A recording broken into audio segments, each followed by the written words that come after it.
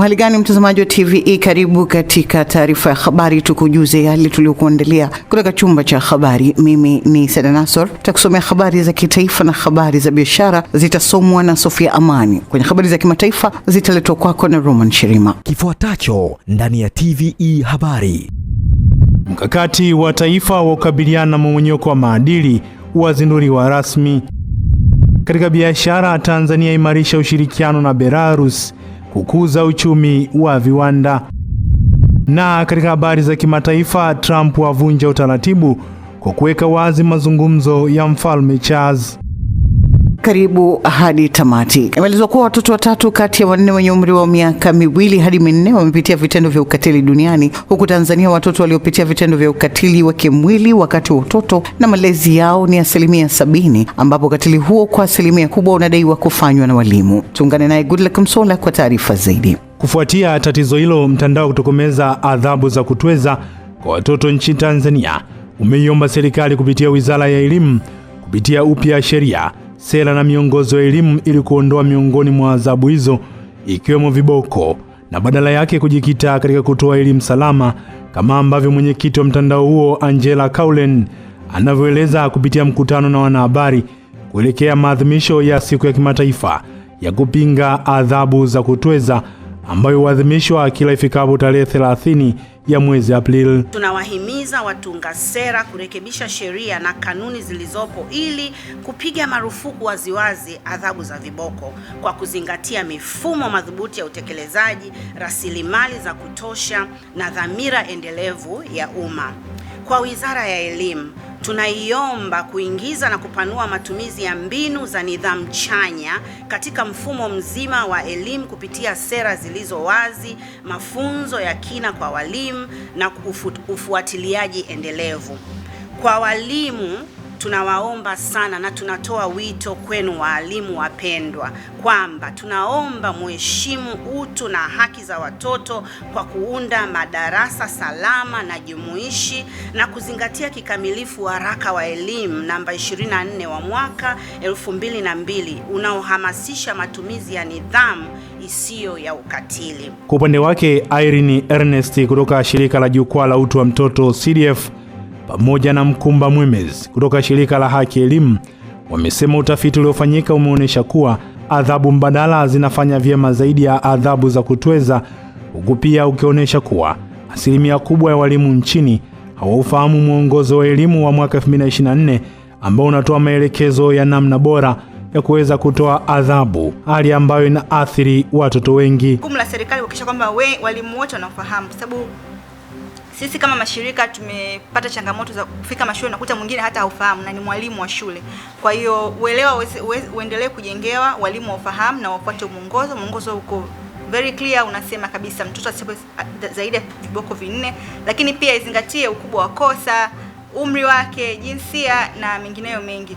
Hata wale ambao tunasema tumesoma, wako madaktari, wako maprofesa, lakini ukiwaweka kwenye mijadala, kwenye mazungumzo na raia hata wa mipaka ya nje ya Tanzania, karibu na majirani zetu tu, kwenye mijadala ile hasa ambayo inahitaji mchango wa kina, unaona tunavyokosa confidence. Mnaweza msilinki na malezi yetu, lakini tunataka kuambia kwamba inahusiana sana na namna ambavyo tunalelewa na namna ambavyo tumekuzwa.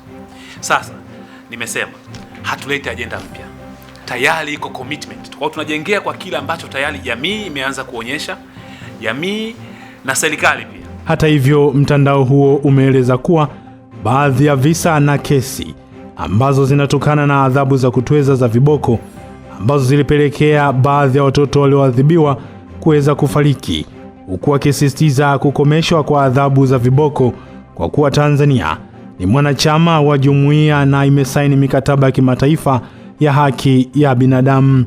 Hapa nina kesi ambayo iliamuliwa na Mahakama Kuu ya Shinyanga, ambapo mtoto wa kike aliuawa kwa adhabu hizi za kikatili, na kisa kilikuwa ni kidogo tu. Mwalimu wa jiografia ametoa kazi za vikundi, wanafunzi wakafanya, lakini wakati wa ukaguzi ikaonekana kuna wengine ambao hawakufuata maelekezo, akaanza kutoa adhabu. Kwa sasa adhabu ambayo aliitoa huyu binti aliyefariki, alichapwa viboko 10. Naona na akazimia. Sasa wakati wanampeleka hospitali matibabu akafariki. Kwa kitu ambacho tunakizungumza ni kitu ambacho ni halisi kabisa. Hata hivyo, kwa mujibu wa mtandao huo, mpaka sasa kwa nchi ya Tanzania kuna shule 600 ambazo zinatekeleza mpango wa shule salama ambao umejikita katika kuweka madarasa yaliyo salama pamoja na kuboresha mazingira ya utoaji wa elimu, hivyo kuashiria mabadiliko ya utoaji wa adhabu zenye kutweza utu wa mtoto. Serikali imezindua mkakati wa taifa wa kukabiliana na mmomonyoko wa maadili wa mwaka 2026-2027 hadi 2030-2037, ikiwa ni hatua ya kukomesha vitendo vinavyohatarisha ustawi wa jamii na misingi ya utamaduni wa Kitanzania. Taarifa yetu imeandaliwa na Josephine Kaponya. Uzinduzi huo umefanyika jijini Dodoma na Waziri wa Habari, Sanaa, Utamaduni na Michezo, Mheshimiwa Paul Makonda kwa kushirikiana na Waziri wa Maendeleo ya Jamii, Jinsia, Wanawake na Makundi Maalum, Mheshimiwa Dr. Dorothy Gwajima, pamoja na wadau mbalimbali wa taasisi za serikali. Mmomonyoko wa maadili ni hali ya kuporomoka au kukiukwa kwa tabia njema, misingi, kanuni na mienendo isiyokubalika katika jamii. Na hapa Waziri Mheshimiwa Makonda anaeleza nguvu kubwa inayotumika na serikali ya sasa inayoongozwa na Rais wa Jamhuri ya Muungano wa Tanzania Dr. Samia Suluhu Hassan kuhakikisha inakabiliana na changamoto hiyo. Rais wetu anatamani ile Tanzania ambayo wakina mzee Nyerere, wakina mzee Mwinyi, wakina mzee Mkapa waliokuwa wanaiona, atufikishe kwenye hiyo Tanzania. Leo hii anapambana kujenga misingi ya dira ya 2050 kuhakikisha kwamba uchumi wa taifa hili unakuwa.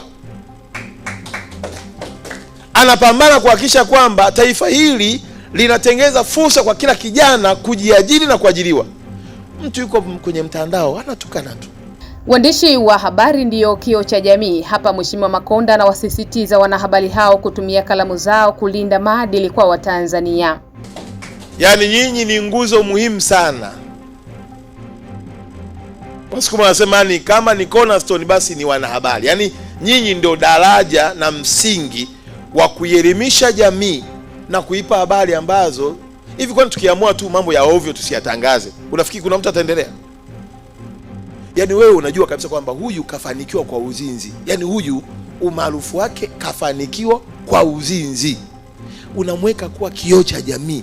Hivi unategemea watoto wetu watakuaje? Sababu mtoto kila akiwaza hivi imekuaje? Huyu akipewa, yani faili likifunguka hivi. Sasa mtoto mdogo wanakuwa inspired na watu wanaoona kwenye TV na kwenye mtandao wa kijamii. Kwa upande wake, Waziri wa Maendeleo ya Jamii, Jinsia, Wanawake na Makundi Maalum, Dr. Dorothy Gwajima ameeleza jinsi ambavyo mkakati huo utasaidia jamii kukua katika maadili mema. Naamini mkakati huu una eneo la ndugu wananchi. Mwisho wa siku isionekane ni mkakati wa hao waliozindua huko Mheshimiwa Makonda na Dr. Dorothy Gwajima wamejiletea mkakati wa kuja kutubadilisha sisi tuwe na maadili mema. Rahash. Ni mkakati ambao pia ndani yake tutamsikia Mheshimiwa Makonda akidadavua sekta pia ya wananchi ambao watakuwa na maeneo ya kutekeleza, na sisi Wizara ya Maendeleo ya Jamii, Jinsia, Wanawake na Makundi Maalum ambao katika operation zetu kupitia maafisa maendeleo ya jamii na ustawi wa jamii na maafisa wengine wa kisekta kwenye halmashauri na kwenye kata zetu, hakika tutakuwa mstari wa mbele kusukuma kasi ya utekelezaji kuanzia leo hii. Maadili ya taifa ni msingi mkuu wa maendeleo ya taifa lolote, kwa sababu hubainisha viwango vya usahihi vya fikra na mienendo kuhusu mambo yote yanayohusu taifa husika, ili kulinda maslahi katika nyanja zote za kiuchumi, kijamii, kisiasa na kimazingira. Watoto watatu wa kiume wenye umri wa miaka 2 na 4 wa familia 3 tofauti wamekufa maji mara baada ya kutumbukia kwenye shimo lililokuwa katika moja ya nyumba mtaa wa Area 6A kata ya Kichangani, manispaa ya Morogoro. Shukuru Materu kutoka Morogoro ametuandalia taarifa zaidi. Akizungumza mama mzazi wa mtoto mmoja aliyekufa maji katika tukio hilo, amesema mtoto huyo alidumbukia kwenye shimo hilo lililokuwa jirani na nyumbani kwake majira saa 12 jioni ya jana. Ilibidi tu mwenyewe kuingia na kumtoa mtoto wangu. Nilipomtoa pale ndio kuna jirani yangu mmoja akamchukua, akampeleka hospitali.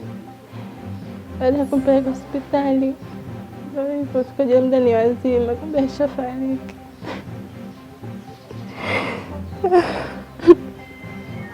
Kwa upande wake mjumbe wa serikali ya mtaa wa Area 6A amesema tayari wameshachukua hatua kudhibiti mashimo ambayo yapo katika makazi ya watu ili yasiweze kuleta madhara kwa wananchi wengine. Watoto hao wamedumbukia ndani ya shimo la nyumba ya jirani yetu au ya serikali yetu ya mtaa. Wakawachukua wakawapeleka hospitali ya Kalolewanga kwa masista, lakini wakiwa tayari wameshakufa. Ni muda ilikuwa saa 12:30. Yanatufundisha sisi kama serikali ya mtaa kwamba hata kazi kama au kama nyumba ambayo tuhusu ni yeye mwenyewe, basi inatuhusu sisi tutembelee na kuona kama vyoo vya watu viko salama na kama kuna mashimo na vitu vingine hatarishi kwa ajili ya watoto ambao wanaocheza ndani ya nyumba za majirani. Ilikuwa jioni muda kama saa 12. Nilikuwa nyumbani nikasikia makelele, watu wanashuka huku chini. Tukaa na sisi tukaunga tela. Tulipofika hapa katika eneo la tukio, ndipo tukakuta miili ya watoto 3 wamezabuliwa kwenye shimo wakiwa hawapo duniani. Nyumbani kwake ana shimo kwa tukio hili lililotokea. Naomba wawe karibu sana na mashimo, na watoto nao wakiwaona mvua kama hizi zikinyesha wawe karibu sana na watoto, wasio pembezoni sana za maji na mashimo.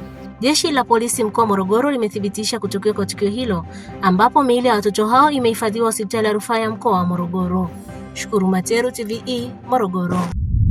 Waziri wa mambo ya ndani ya nchi Petrobras Katambi amewataka watumishi wa wizara hiyo kuzingatia mambo 10 ya msingi, huku akisisitiza nidhamu, haki, uweledi na uadilifu katika utekelezaji wa majukumu na wajibu wa wizara wa kulinda raia na mali zao. Taarifa ya Rachel Chacha inasomwa studio na Miriam Laponi. Ametoa maagizo hayo wakati akifungua kikao cha Baraza Kuu la wafanyakazi wa Wizara ya Mambo ya Ndani ya Nchi ambacho kimefanyika jijini Dodoma, ambapo kilihudhuriwa na Katibu Mkuu wa wizara hiyo Alisenga Gugu, wakuu wa idara wa vitengo wa wizara, Kamishna Jenerali wa Jeshi la Magereza CGP Jeremia Katungu, Kamishna Jenerali wa Jeshi la Zimamoto na Uokoaji CGF John Masunga na wawakilishi wa wakuu wa vyombo kutoka polisi na uhamiaji. Hakuna masuala ya kufanya kazi kwa kuviziana wala kwa kujuana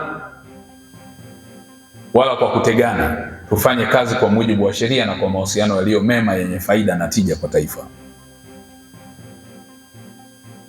Maslahi hapo ndo katika kuangalia maslahi, ni masuala ya maslahi ya posho, mazingira, bima, motisha na usawa na haki na fursa ziwe wote sawa.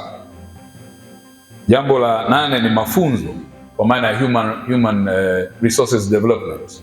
Wale wanaostahili kupewa mafunzo, iwe ni program fupi, iwe ni warsha, ujuzi au weledi, kama jinsi ambavyo mnafanya leo, Katibu Mkuu, lizingatiwe kwa sababu linaongeza ufanisi na utendaji na kurahisisha majukumu. Akizungumza katika baraza hilo, Katibu Mkuu Alisenga Gugu alitaja uhalali wa kuwashirikisha watumishi katika masuala mbalimbali ya uongozi wa pamoja, kwamba yameundwa ikiwa ni sehemu au ni utekelezaji wa agizo namba 1 la Mheshimiwa Rais wa Jamhuri ya Muungano wa Tanzania la mwaka 1970 pamoja na sheria ya ajira na mahusiano kazini namba 6 ya mwaka 2004 kifungu 73(1) mpaka 3. Miongozo hiyo inaelekeza kuhusu utekelezaji wa sera inayolenga kuwashirikisha wafanyakazi katika uongozi wa pamoja. Hivyo Mheshimiwa, kikao hiki kinalenga kutimiza au ni utekelezaji wa maelekezo hayo ya serikali. Hivyo mgeni rasmi, kufanyika kwa kikao hichi cha Baraza la Wafanyakazi Wizara ya Mambo ya Ndani ya Nchi imekuwa ni fursa kwa watumishi kushirikishwa katika kupanga, kutekeleza mipango ya wizara kupitia mijadala ya wazi, ya huru, ya pamoja kuhusu utendaji kazi na maslahi ya watumishi ili kuleta tija na ufanisi mahala pa kazi. Serikali imesema uzalishaji na uingizaji wa mifuko ya plastiki iliyopigwa marufuku umepungua kwa 95%, hatua iliyochangia kupungua kwa uzalishaji wa taka za plastiki katika maeneo mbalimbali nchini. Taarifa hii inasomwa studio na Mtiga Abdallah. Hayo yamesemwa na Naibu Waziri Ofisi ya Makamo wa Rais Muungano na Mazingira Ruben Kwagilwa bungeni jijini Dodoma leo Aprili 29 mwaka 2026, wakati akijibu swali la mbunge wa viti maalum Dr. Catherine Joachim alitaka kujua serikali imepata matokeo gani katika katika kupunguza uchafuzi wa mazingira tangu kuanza kwa katazo la matumizi ya mifuko ya plastiki mwaka 2019. Akijibu swali hilo, Kwagilwa alibainisha kuwa baada ya katazo hilo kiwango cha uelewa wa wananchi kuhusu madhara ya plastiki kiliongezeka kutoka chini ya 40% mwaka 2018 hadi kufikia zaidi ya 85% mwaka 2026. Kutokana na changamoto za uchafuzi wa taka za plastiki na athari zake, serikali ilipiga marufuku uingizaji nchini, uzalishaji, usambazaji, uhifadhi, usafirishaji nje ya nchi na matumizi ya mifuko ya plastiki kuanzia tarehe 1 Juni 2019. Matokeo ya katazo hilo ni pamoja na kupunguza kwa zaidi ya 95% ya uzalishaji na uingizaji wa mifuko ya plastiki nchini, ambapo imechangia kupunguza kwa uzalishaji wa taka za plastiki katika maeneo mbalimbali nchini.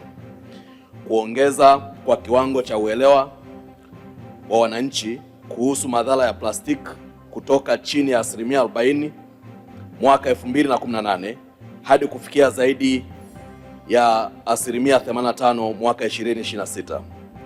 Kupungua kwa takriban 60% ya taka za plastiki katika maeneo ya fukwe za bahari na maziwa, ambapo hatua hii imepunguza hatari kwa viumbe wa majini. Akijibu maswali ya nyongeza, alibainisha kuwa serikali imeweka jitihada madhubuti za kuhakikisha taka hususan zile za plastiki zinazozalishwa katika maeneo mbalimbali nchini zinarejelezwa na kuzalisha bidhaa. Kanuni zile ambazo tulizitunga chini ya kifungu hicho cha sheria ya 230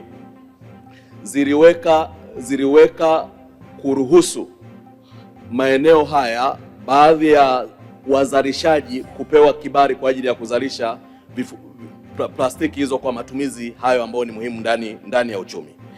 Sasa ambacho tumekifanya kama serikali kwenye kanuni zile ambazo tumezitunga, tumeweka pia na wajibu wa wazalishaji wa plastiki hizo, wasafirishaji, wanaohifadhi, wanaosambaza na wanaotumia. Tumewapa wajibu wa kuhakikisha pia wanashiriki kwenye kukusanya na kuteketeza taka hizo ambazo zinakuwa zimetokana na bidhaa ambazo wamehusika nazo. Serikali kupitia Wizara ya Afya imezitaka taasisi, asasi na mashirika yanayoshirikiana na serikali kwenye sekta ya afya kuanza kujipanga kwa kutafuta njia mbadala ya kuwezesha ufadhili wa gharama za mafunzo kwa wataalamu wa sekta ya afya kufuatia kusitishwa kwa misaada kutoka kwa wadau wa maendeleo nchini. Goodluck Msola anatueleza zaidi. Akizungumza na wanahabari kuelekea kongamano la 20 la urithi wa aliyekuwa rais wa Tanzania hayati Benjamin Mkapa, mwakilishi wa Wizara ya Afya Dr. Saitori Raiza amesema kwa sasa misaada pamoja na ufadhili kutoka mataifa ya nje umepungua kwa kiasi kikubwa. Hivyo wadau hao wakiwemo taasisi ya Benjamin Mkapa Foundation wanatakiwa kujipanga kimfumo na njia mbadala za kufanikisha ufadhili wa mafunzo ya wataalamu wa sekta ya afya ambao kwa sasa umeshawanufaisha zaidi ya wataalamu 1200 na hivyo kusaidia sekta ya afya ya Tanzania. Kama nchi tuendelee. Hapa ndio kwetu. Lazima tuwe na mbinu bunifu za kuweza kuhakikisha kwamba shughuli zinazohusiana na kuwahudumia wananchi kwa masuala yanayohusu afya zao yanaendelea. Whether jirani yupo au hayupo, lakini lazima Watanzania wawe salama. Kwa hiyo tuangalie mifumo ya ndani itakaweza kusaidia kufadhili na kugharamia huduma hizi za afya tunazozitoa ili ziweze kuwa imara na endelevu kwa vizazi na vizazi. Upande wake mkurugenzi wa taasisi ya Mkapa Foundation Dr. Helen amesema kuelekea kongamano hilo la urithi wa Mkapa, taasisi hiyo itawaleta pamoja wataalamu wa afya wakiwemo kundi la vijana, ambapo tarehe 14 ya mwezi Julai rais atafungua kongamano hilo la siku 3 litakalotanguliwa na shughuli mbalimbali zikiwemo kambi za matibabu ili kumwenzi hayati Benjamin Mkapa. Tulianzisha mfuko wa wakfu, yani endowment fund, kwa wale wenye kumbukumbu. Mwaka 2021 ulizinduliwa na Mheshimiwa Rais Dr. Samia Suluhu Hassan, na tumeendelea kukuza huo mfuko ili pale inapohitajika kutumika basi unaweza kutumika kuendesha programu zetu. Eneo la 5 la mafanikio taasisi imeendesha mipango mikakati 4 kwa ujumla toka tulipoanzishwa, labda ni ya vipindi vya miaka 5. Sasa hivi tunao mkakati wa miaka 6 ambao umeanza Julai 2024 na utaenda mpaka Juni 2030. Kwa miaka hii 20 yote tumeweza kufanikiwa kuendesha miradi yenye bajeti ya jumla ya bilioni 390 kutokana na fedha ambazo tuliweza kuzikusanya na kuweza kuwafikia Watanzania. Kwa hiyo mafanikio yote tunaweza kusema yalijikita ndani ya bajeti ya milioni 390, na hii ni bajeti ni mpaka leo hii naizungumzia. Naye mwenyekiti wa vijana watakaoongoza kongamano hilo amesema kupitia kongamano hilo watajadili na kuja na mapendekezo juu ya namna bora ya kuweza kuandaa rasilimali watu sanjari na kuangalia uwekezaji unavyofanywa katika kutoa huduma bora za afya kupitia ubia baina ya serikali na sekta binafsi. Kupitia kongamano hilo tunatarajia kuwa na azimio la vijana katika sekta ya afya ambao litakuwa na mapendekezo mbalimbali yatakayowasilishwa mbele ya mgeni rasmi ambaye atakuwa Mheshimiwa Dr. Samia Suluhu Hassan, Rais wa Jamhuri ya Muungano wa Tanzania. Kwa hiyo nichukue nafasi hii kuwaalika na kuhamasisha vijana wote ambao wananisikiliza, inawezekana pia wasiwe katika sekta ya afya, waweze kuhudhuria katika kongamano hili kwa sababu ni sehemu muhimu sana katika sekta ya afya nchini kwetu. Hata hivyo, serikali kupitia Wizara ya Afya imeeleza kuwa kupitia ushirikiano baina ya serikali na taasisi ya Benjamin Mkapa Foundation wamefanikiwa katika kuchangia kupunguza vifo vya mama na mtoto kutoka vifo 556 hadi kufikia vifo 104 kwa sasa ndani ya miaka 20 ya ushirikiano huo. Kampuni ya ulinzi ya kizawa Epic Security Solutions Limited imezindua rasmi huduma mpya na za haraka za dharura na uokoaji kwa lengo la kuimarisha usalama wa raia na mali zao nchini Tanzania, ikiwa ni katika kuunga mkono juhudi za serikali kuimarisha ulinzi na usalama. Mrisho Mapeo ametuandalia taarifa zaidi. Uzinduzi huo umefanyika jijini Dar es Salaam na mgeni rasmi akiwa ni kamanda wa Jeshi la Polisi kanda maalum ya Dar es Salaam, Jumanne Muliro, ambaye amesisitiza umuhimu wa sekta binafsi kushirikiana na vyombo vya dola katika kuimarisha ulinzi na usalama. Ni haya yamesaidia sana kuimarisha masuala ya kiusalama.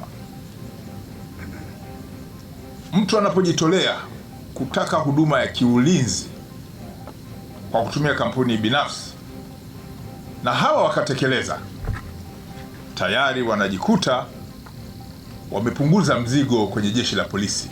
Mimi nasisitiza mafunzo ni muhimu sana. Hawa wafanyakazi wetu wapewe mafunzo, wajue majukumu yao na mipaka yao ya kisheria wakati wa kutekeleza shughuli zao hizi muhimu. Kwa hiyo nampongeza sana kama mzalendo na kutoa wito kwa wananchi wengine wenye uwezo wafungue makampuni ya ulinzi binafsi na wapate watu wenye sifa ili waweze kutusaidia pia swala la ajira kama ambavyo mkurugenzi wa Epic Akizungumza katika hafla hiyo, mkurugenzi wa Epic Elius Mwanjawike amesema uzinduzi wa huduma hizo ni sehemu ya mkakati wa kampuni kuboresha utoaji wa huduma za ulinzi kwa viwango vya kimataifa, huku akibainisha kuwa uwekezaji unaoendelea umelenga kuhakikisha wananchi wanapata huduma za haraka na zenye ufanisi wakati wa dharura. Tangu kuanzishwa kwa kampuni yetu tumepata mafanikio yafuatayo: mafunzo bora kwa wafanyakazi wetu. Tumefanikiwa kutoa mafunzo bora ya utayari kwa askari zaidi ya 650 waliohitimu mafunzo hayo ya kiulinzi na kitaaluma. Ili kuboresha huduma zetu za ulinzi wa raia na mali zao, tunaomba kupendekeza kudumisha kwa ushirikiano wa mafunzo ya pamoja ya polisi jamii kuanzia ngazi ya kata, wilaya, mikoa mpaka kanda. Mafunzo ambayo mgeni rasmi yameanza nchini kote, jeshi la polisi kushirikiana na makampuni mbalimbali ya ulinzi, na sisi pia tumeshiriki katika mikoa hiyo ambayo mumeelekeza tuweze kushiriki. Kwa upande wake, kaimu mtendaji wa kampuni hiyo Kala Sadurin Remutullah ameeleza kuwa Epic imejipanga kuimarisha ushirikiano na vyombo vya dola ili kuongeza ufanisi wa huduma hizo, akisisitiza kuwa hatua hiyo itasaidia kukabiliana kwa haraka na changamoto za kiusalama na majanga mbalimbali yanayoweza kujitokeza. Tunayo furaha kuwaeleza Watanzania na serikali kwamba tunashukuru kwa ushirikiano tunaopata wa kuendesha shughuli zetu pasipokuwa na matatizo. Chama chetu kina furahi na kina furaha kubwa pindi tunapoona mwanachama akiweza kusonga mbele na kufuata taratibu za uendeshaji za kiserikali na kushirikiana na jeshi la polisi. Aidha, kampuni imeeleza kuwa tangu kuanzishwa kwake mwaka 2021 imefanikiwa kutoa ajira kwa vijana zaidi ya 600 nchini, huku ikiendelea kushirikiana kwa karibu na jeshi la polisi la Tanzania, jeshi la zimamoto na uokoaji pamoja na jeshi la uhamiaji Tanzania kuanzia ngazi ya kata hadi kanda ili kuhakikisha huduma bora za ulinzi na dharura zinawafikia wananchi kwa wakati.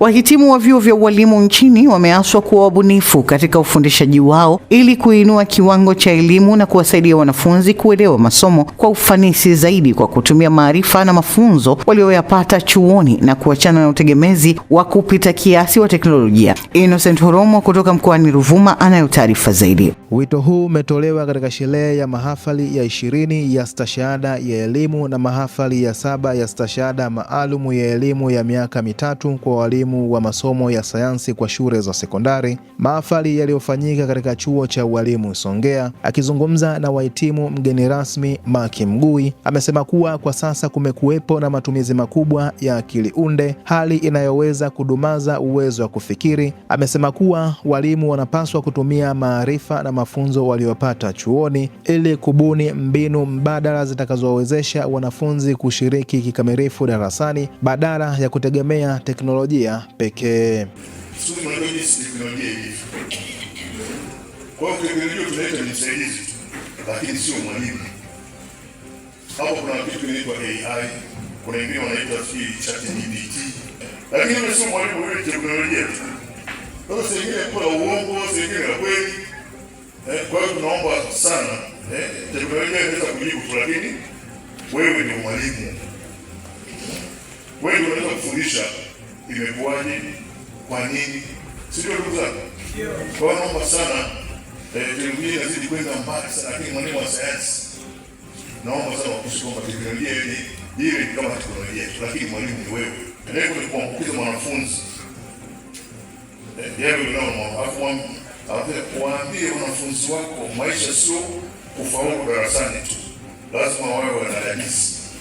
Kwa upande wake, makamu mkuu wa chuo cha ualimu cha Songea Mwalimu Theophili Komba amesema wahitimu kwa kipindi cha miaka mitatu wamefundishwa masomo na mbinu mbalimbali zitakazowawezesha kuwapa wanafunzi maarifa ya kujitegemea kulingana na mazingira. Wahitimu hawa katika kipindi walichokaa hapa chuoni waliweza kujifunza mbinu mbalimbali za kujifunzia na kufundishia masomo ya sekondari. Pamoja na masomo hayo, wamejifunza ualimu katika masomo yafuatayo: saikolojia ya elimu, mitaala na ufundishaji, mbinu za utafiti, upimaji na tathmini, misingi ya elimu, stadi za maendeleo, mbinu ya mawasiliano na teknolojia ya habari na mawasiliano, kwa kifupi TEHAMA.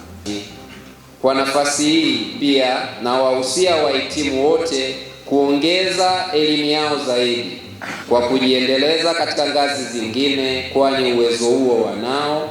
Kwa kufanya hivyo, wataweza kukabiliana na ushindani katika soko la ajira ndani na nje ya taifa.